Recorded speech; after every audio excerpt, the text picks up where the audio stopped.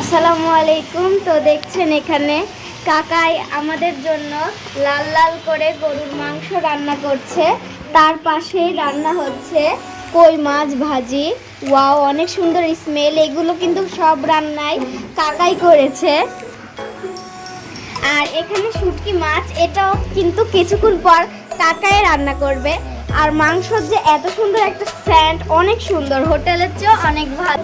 আমি এখন প্রথম লোকের কাছ থেকে শুনতে যাচ্ছি যে আমাদের যার প্রিয় জালাল কাকার লাল লাল গরুর মাংস কেমন হয়েছে।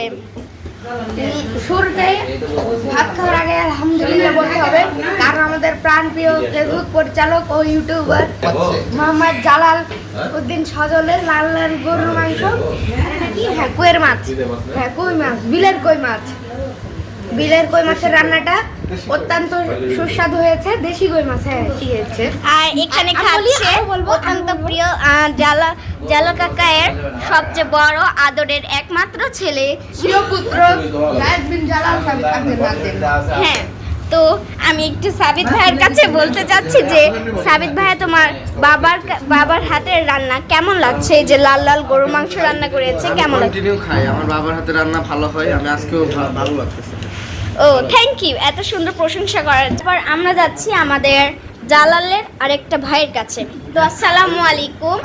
জালাল কাকার রান্না আপনার কাছে কেমন লাগলো? এই যে এত সুন্দর করে লাল লাল ঝাল ঝাল করে গরুর মাংস রান্না করেছে, অবশ্যই আপনার ভালো লেগেছে। ও তার সম্পর্কে আপনার কিছু কথা বলতে হতো স্যার। আসলে কিছু কথা প্রশংসা করে শেষ করা যায় না।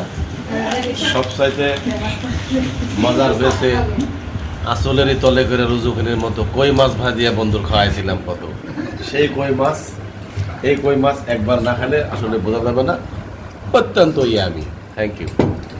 থ্যাংক ইউ আমাদেরকে এত সুন্দর একটি কথা বলার জন্য। গাইজ, এখন আমি আমার জালাল কাকা কই মাছ রান্না করেছে, তো এখন আমি টেস্ট করে দেখবো যে এটা কেমন হয়েছে।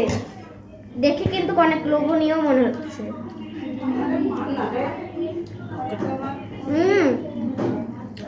এটা অনেক মজা, বিশ্বাসই করা যায় না যে জালাল কাকাই রান্না করেছে।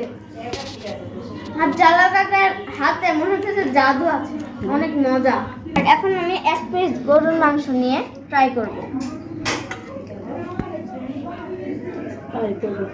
লাল লাল গরুর মাংস, দেখছেন কত পরিমাণে সফট হয়েছে।